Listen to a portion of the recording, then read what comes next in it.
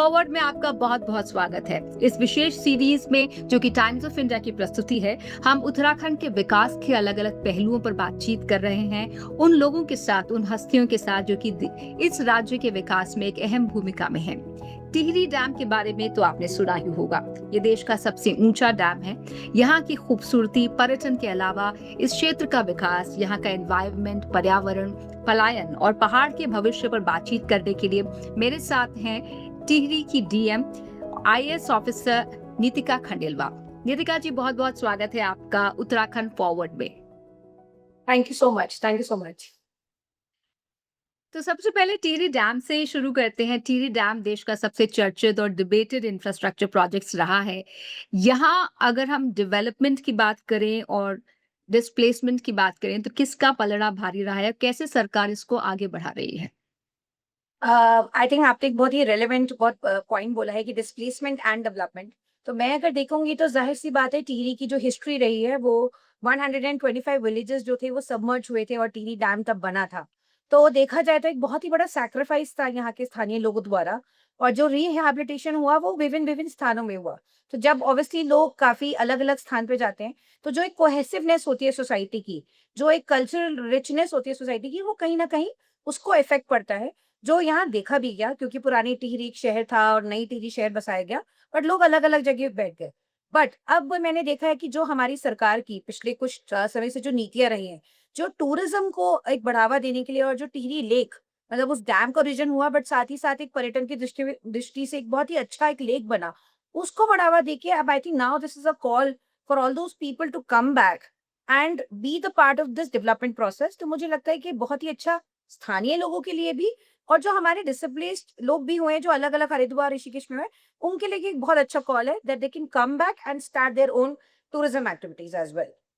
तो आपका कहना है कि जो लोग यहाँ से विस्थापित हुए हैं वो वापस आ सकते हैं और टूरिज्म एक्टिविटीज के ज़रिए अपने लाइवलीहुड्स को, अपने जीवन यापन को आगे बढ़ा सकते हैं। मैं इस सब के अलावा इस पर भी बात करना चाहती हूँ कि हिमालय का इलाका हम सब जानते हैं कि इकोलॉजिकली बहुत सेंसिटिव है और ये भूकंप के लिहाज से बहुत सेंसिटिव है। यहाँ पर बहुत ज़्यादा लैंडस्लाइड्स होते हैं, क्लाउड बर्स्ट होते हैं, फ्लैश फ्लड्स होते हैं। इसका टिहरी पर क्या असर पड़ा है? एक्चुअली टिहरी का अगर मैं इकोसिस्टम की बात करूं, सो बेसिकली टिहरी का इकोसिस्टम फ्रेजाइल बहुत ज्यादा उस पॉइंट ऑफ व्यू से नहीं है, बिकॉज जब टिहरी डैम बना तो अपने आप में उसकी इकोसिस्टम का एक टेस्ट हो गया। So if you would see that we have created a reservoir जो लगभग 42 स्क्वायर किलोमीटर है। तो जो भी मुझे लगता है इकोसिस्टम में जो स्टेबिलिटी या फ्रेजिलिटी थी, वो over the period of time उसका टेस्ट होता गया और वो कम होती गई। नाउ हमारे पास एक टिहरी डैम के रूप में, because it is a rockfill dam, तो अगर आप समझेंगे तो पूरा मिट्टी और पत्थर से बन के भरा है और 100 इयर्स की डिजाइनिंग का वो डैम है। तो हमारे लिए अपने आप में एक टेक्नोलॉजी जिसे कहते हैं कि सिविल इंजीनियरिंग का एक मार्वल है। तो वो इकोसिस्टम को कहीं ना कहीं ठीक है अफेक्ट भी करता है, but over the period of time उसकी टेस्टिंग की गई है। फ्रेजिलिटी के साथ साथ मैं ये देखूंगी कि साथ ही साथ जो हमने एक्टिविटीज करी हैं फॉरेस्ट्रेशन की, अगर हम बात करें तो यहाँ पे it's not we still have an area which is 70% under forest. So वो इकोसिस्टम को प्रोटेक्ट करता है। डेफिनेटली मैं बोलूँगी कि जहाँ-जहाँ हम लोग अपनी रोड्स के डेवलपमेंट के प्रोजेक्ट्स करते हैं, डेफिनेटली एक डिबेट आती है कि रोड्स बन रहे हैं तो पेड़ कट रहे हैं, बट उसके साथ-साथ कॉम्पेंसेटरी एफॉरेस्टेशन भी हुआ है। तो आई थिंक ये डेवलपमेंट एंड एनवायरनमेंट वाला जो एक बैलेंस है, वो हमेशा प्रयास किया जाता है। चाहे हम बोले आज की सरकार भी और एज़ ऑफिसर्स भी हम लोग पूरा प्रयास करते हैं कि उसका बैलेंस बनाए, एंड आई थिंक यही हमारा एक चैलेंज भी है कि हम इकोसिस्टम को साथ में लेके चलें। So that I think we are very well doing within our policies as well. ये जो आपने बैलेंस की बात की, खासकर उत्तराखंड जैसे राज्य में ये बैलेंस बहुत ज़रूरी है। लेकिन जब हम इंफ्रास्ट्रक्चर की बात करते हैं तो जो रिमोट इलाके हैं टिहरी ज़िले के, वहाँ पर बहुत से ऐसे जगह हैं जहाँ पर रोड्स नहीं बन पाई हैं। तो किस तरह से टिहरी इस प्रोजेक्ट को लेकर आगे बढ़ रहा है कि कब तक हम लास्ट माइल कनेक्टिविटी देखेंगे? अभी तक क्या प्रोग्रेस हुई है? अ, अगर मैं आपको बताऊँ तो I think Tehri is one of the most connected and very well मतलब नेटवर्कली रोड नेटवर्क से बड़ा अच्छा कनेक्टेड डिस्ट्रिक्ट है। मुझे बताते हुए भी खुशी होती है कि अगर मैं हिली जनपद की बात करूँ, तो हमारा जो नेशनल हाईवेज़ का इस यहाँ पे लगभग रफली 800 किलोमीटर्स पूरा नेशनल हाईवेज़ यहाँ से निकलते हैं, क्योंकि बद्रीनाथ का रूट, उत्तरकाशी का रूट यहाँ से निकलता है। So it is quite well connected and most importantly जैसे आपने अभी रिमोट लोकेशंस और लास्ट माइल कनेक्टिविटी की बात करी, तो मैं बताऊँगी कि गवर्नमेंट ने, माननीय मुख्यमंत्री जी ने एक बहुत अच्छी एक विज़न रखा है। हमारा एक टिहरी रिंग रोड, लेक का रिंग रोड का प्रोजेक्ट है। तो वो रिंग रोड जो बनेगी, जो लेक 42 स्क्वायर किलोमीटर लेक है, वो आस-पास के मैक्सिमम गाँव को ना केवल सिर्फ़ एक कनेक्टिविटी देगी, बट एक बहुत ही बेहतर कनेक्टिविटी देगी in terms of very wide roads and these are basically going to be the lifeline of the coming tourist as a upcoming tourist destination. तो उससे क्या हुआ है कि लोगों में एक बहुत ज्यादा कॉन्फिडेंस आया है कि रोड्स भी आ रही हैं, साथ ही साथ एक बहुत बेहतर इंफ्रास्ट्रक्चर आ रहा है। स्ट्रैटेजिकली भी देखा जाए तो एयरपोर्ट से भी टिहरी जनपद की प्रॉक्सिमिटी काफी अच्छी है। तो people have a lot of confidence कि now they will be part of this development. So जहाँ इंफ्रास्ट्रक्चर डेवलप हो रहा है वहां पे वो सारा मल्टीप्लायर इफेक्ट दे रहा है on livelihood generation and on tourism betterment, जो कि स्थानीय लोगों को और यहाँ के लोगों को रोजगार से प्रॉपर तरीके से जोड़ता है। जैसे आपने चार धाम की बात की, बहुत सारे लोग यहाँ पर घूमने के लिए, पर्यटन के लिहाज से आते हैं। तो आने वाले समय में एक बड़े पर्यटन स्थल के तौर पे टिहरी को विकसित करने के लिए आपकी क्या सोच है? मैं ये बताऊंगी कि जैसे मैंने अभी इससे पहले बताया कि Tehri ring road I think सबसे बड़ा एक विजनरी प्रोजेक्ट है, और मुझे बताते हुए भी खुशी होती है कि उसका जो फर्स्ट फेज है वो धरातल पे उतर चुका है। So the 15 kilometre road from Koti colony, जहाँ पे सारी टूरिज्म एक्टिविटीज होती है, adventure sports, so what first stretch started from Koti to Dogra. और उसके अलावा अगर हम भविष्य में भी देखें, as far as the proximity to Dehradun which is the capital of our state, and from Jolly Grant airport और वेल कनेक्टेड रोड नेटवर्क जहाँ पे नेशनल हाईवेज कनेक्ट करते हैं, Tehri is definitely have the complete potential to become a global destination. In fact अभी कुछ दिनों पहले माननीय मुख्यमंत्री जी की भी बैठक हुई थी, जिसमें उनके द्वारा यही निर्देश दिए गए थे कि इस एक जगह को हम लोग देखते हैं कि हम लोग ना केवल स्थानीय इंडिया के टूरिस्ट, बट हम इसको इंटरनेशनली भी पोजिशन कर सकते हैं। तो वेरी वेल उन्हीं के निर्देशन में जो टूरिज्म अपनी पॉलिसीज बना रहे हैं और जो बाकी हमारा प्लानिंग डिपार्टमेंट है वो उसी वर्क लाइन पे वर्क कर रहा है, और उसको हम लोग एज डिस्ट्रिक्ट मैजिस्ट्रेट हमारा मेन दायित्व है, हम उसको धरातल पे उतारने के लिए तत्पर हैं और कर भी रहे हैं इसको।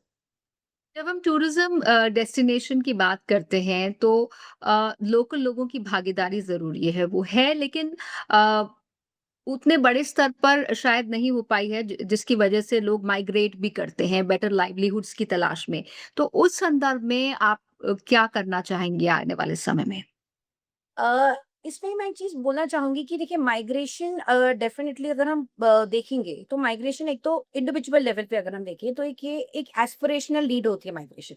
Suppose if I have been studying in से Dehradun and I have an aspiration I might go to Delhi, और I have a bigger aspiration that I would go to US और UK for studies.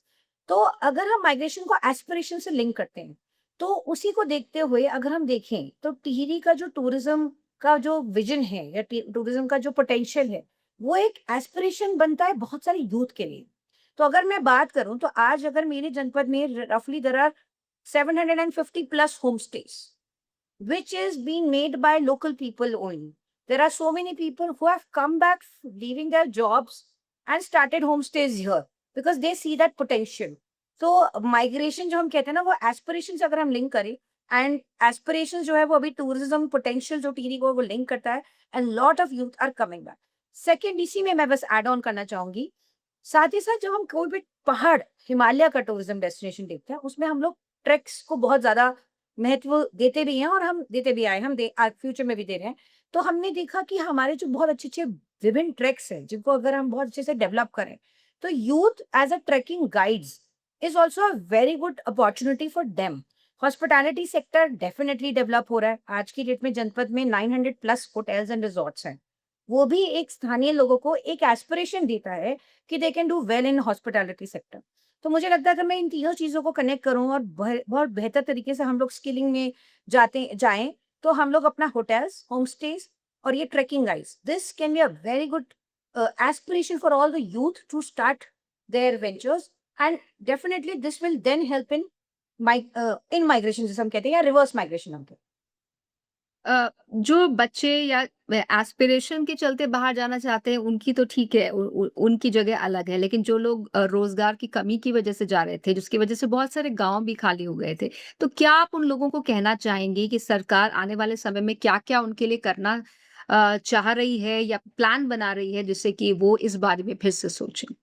Absolutely, absolutely and मुझे ये बताते हुए बहुत खुशी हो रही है और आपके प्लेटफ़ॉर्म के माध्यम से कि जो नीतियाँ हैं ये सरकार की, अगर हम एडवेंचर टूरिज़्म की बात करें, we have got so many trainings done in the past 3 to 4 years जहाँ पे हमारी कैनोइंग, कयाकिंग, हमारे वाटर स्पोर्ट्स में अगर आप आज जाके देखेंगे तो हमने लगभग यहाँ के स्थानीय 100 प्लस युवाओं को लाइसेंसेस दे रखे हैं। People are doing boating and many other adventure activities. Paragliding is one of the scope.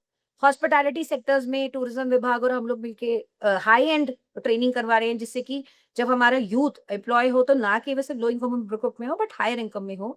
तो ये सब जो नीतियां हैं और अगर मैं अभी आपको ट्रेकिंग गाइड्स का भी एग्जांपल दूं, so we tied up the tourism विभाग is tied up with a very good organisation to do trainings and get very good get connected to lot of good travel companies for getting the trekking guides jobs। तो I think ये एक बहुत अच्छा potential है। साथ ही साथ अगर कोई एंटरप्रेन्योर भी है, वो खुद भी कुछ करना चाह रहा है, होम स्टेज हैं। होम स्टेज सबसे बड़ा एक पोटेंशियल सेक्टर निकल के आता है। होटल्स और रिज़ॉर्ट्स के लिए सरकार की नीति ऐसे बनी है कि अगर मेरा अपना गाँव है, मैं वापस आना चाहता हूँ और अगर मुझे ही अपनी एग्रीकल्चर लैंड को आज की डेट में चेंज करके होटल, रिज़ॉर्ट बनाना है, तो सरकार ने वो सारी जो पहले फ़ॉर्मेलिटीज़ थी, वो सब सिम्प्लीफाई कर दी हैं। सरलीकरण हो गया जिसे हम कहते हैं। तो ये एक बहुत ही बढ़िया मैं बोलूँगी कि माननीय मुख्यमंत्री जी के निर्देश में जो-जो पॉलिसीज़ बनी, ये डायरेक्ट इफ़ेक्ट दे रही हैं ऑन मल्टीप्लायर इफ़ेक्ट दे रही हैं on employment generation specially for youth in that regard. हमने टूरिज्म की, एम्प्लॉयमेंट की, माइग्रेशन की बात की, हम हेल्थ केयर पर भी बात करते हैं कि जो रिमोट इलाके हैं, वहाँ पर हेल्थ केयर गैप्स को पाटने के लिए आप क्या कर रहे हैं? आप जो मैं इसमें ज़रूर I would admit the fact that health care में we do have gaps and क्योंकि रिमोट इलाकों में हेल्थ केयर पहुँचाना आज की डेट में डिफ़िकल्टी है। Reason being we have a first line of treatment, we do have our MBBS doctors giving the best treatment which they can, but definitely the demand of specialist, it's something that we need to take care of। Specialist की हम लोग के यहाँ पद हैं, लेकिन हम देखते हैं कि बहुत सारे स्पेशलिस्ट बहुत ज़्यादा इच्छुक नहीं हैं। तो मेरा मुझे याद है कि सरकार ने इस गैप को भी खत्म करने के लिए एक ओपन एडवर्टाइजमेंट निकाला था that you quote and we pay, that specialist can come and they serve in the remotest district of remotest places of Uttarakhand, and the government will give whatever they would ask for because we really need specialists। और ये एक बहुत अच्छी opportunity है। जब मैं ये health care gap देखती हूँ, तो मैं जब भी गाँव में जाती हूँ यहाँ पे और बच्चों से मिलती हूँ, तो मैं उन बच्चों को यही बोलती हूँ कि बेटा आप पढ़ो and if you want to become a doctor, please do become a doctor, become a specialist, but keep in mind that you have to come back and serve your own village. तो मुझे लगता है कि ये एक बहुत बड़ा message अगर आपके इस स्तर से भी जाएगा तो I think the youth will also think and हमारे खुद के उत्तराखंड के स्थानीय बच्चे इसको देखेंगे ताकि हम भविष्य में हमारे जो हेल्थ केयर के गैप्स हैं उसको हम पूरा करें। ये तो संदेश अच्छा है कि बच्चे जो पढ़ते हैं वो वापस आकर यहाँ सेवा करें या डॉक्टर्स बनते हैं तो स्पेशलिस्ट करें, लेकिन स्पेशलिस्ट डॉक्टर्स के लिए, एमडी डॉक्टर्स के लिए, हायर क्वालिफाइड डॉक्टर्स के लिए क्या उस तरह के हॉस्पिटल्स और सुविधाएं हैं जो उनको चाहिए रिमोट प्लेसेस में? क्या आप अपने हॉस्पिटल्स को उस स्तर पर अपग्रेड कर रहे हैं? या डेफिनेटली अगर आप मुझे बोलेंगे तो there is nothing that the government has not given in infrastructure wise. Rather I would say कि कोविड के बाद अगर हम पोस्ट कोविड देखें तो जो सरकार की जो मेन प्राथमिकता थी दैट वाज हेल्थ। और अगर आप देखेंगे तो हमारे पास आज इंफ्रास्ट्रक्चर वाइज कोई कमी नहीं है। We have x-ray machines, we have ultrasound machines, but we are looking for radiologist to come. So जैसा आपने बोला, हम डेफिनेटली इंफ्रास्ट्रक्चर को लेके कोई गैप नहीं है। It is all about the HR and the human resource which we are looking for. Uh, बातचीत को हम थोड़ा वेदर पैटर्न से जोड़ते हैं। बीते कुछ सालों में हमने देखा है कि एक्सट्रीम वेदर पैटर्न्स हुए हैं उत्तराखंड के अलग-अलग इलाकों में। तो इसका टिहरी पर क्या असर पड़ा है? आई थिंक ग्लोबल वार्मिंग अगर हम बोलेंगे तो definitely it's been felt across the world and it's been felt in India as well. And अगर हम दिल्ली की बात करें, because I also spend most of my time in Delhi also before coming to service, so Delhi is becoming hotter, our cities is becoming hotter। तो वो फर्क टिहरी उससे कोई अछूता नहीं, वो फर्क यहाँ पे भी आया है। बट अब मुझे लगता है कि जैसे से ये कॉन्शियसनेस बढ़ती जा रही है लोगों में, जैसे Dehradun for example, we would feel that Dehradun is becoming hot, but I think if people would think and a collaborative effort will be taken कि ठीक है हम ऐसा करें कि हम लोग व्हीकल्स की मूवमेंट को कम करें या हम बेटर प्लांटेशन करें या हम अपने एक्टिव ट्रैवल जैसे हम बोलते हैं उस इंफ्रास्ट्रक्चर को हम बढ़ाएं जहाँ पे हम साइकिलिंग और पेडेस्ट्रियन वॉकिंग को ज्यादा स्ट्रेस दें। तो मुझे लगता है कि फ्यूचर मतलब we can stop this and at least we can like face the challenge of this global warming in a better way. लेकिन जो इकोलॉजिकल सेंसिटिविटी है उत्तराखंड में, उसमें एक डिबेट अक्सर रही है कि डेवलपमेंट इकोलॉजी या एनवायरनमेंट की कीमत पर नहीं होना चाहिए। तो उस संदर्भ में उत्तराखंड सरकार कितनी गंभीर है और कैसे हमें ये एक्शंस में देखने को मिल रहा है? I think the very fact when I told you that अगर हम कोई भी डेवलपमेंट प्रोजेक्ट लाते हैं, तो अगर हम देखते हैं कि भले ही उसमें हम कोई भी, जैसे मैं एग्जांपल अभी अगर टिहरी रिंग रोड का ही लूँ जिसका फर्स्ट फेज स्टार्ट हुआ, so I was having a review. So हमने उसमें देखा है कि yes how we have kept कि उसको कितना मतलब हम कितना मिनिमम कटिंग में कितना बेस्ट रिजल्ट दे सकते हैं, कितना मिनिमम हम लोग पेड़ काटे। बहुत सारे प्रोजेक्ट्स ऐसे भी आए हैं जहाँ पे आपने देखा है कि अगर पेड़ों को हमें शिफ्ट भी करना है तो we didn't cut them, we just uprooted them and planted it somewhere else. तो मुझे लगता है कि ये जो सेंसिटिविटी है वो पॉलिटिकल लीडरशिप में भी पूरी-पूरी है और वो एज़ ब्यूरोक्रेट्स ऑफिशियल्स हमें भी है।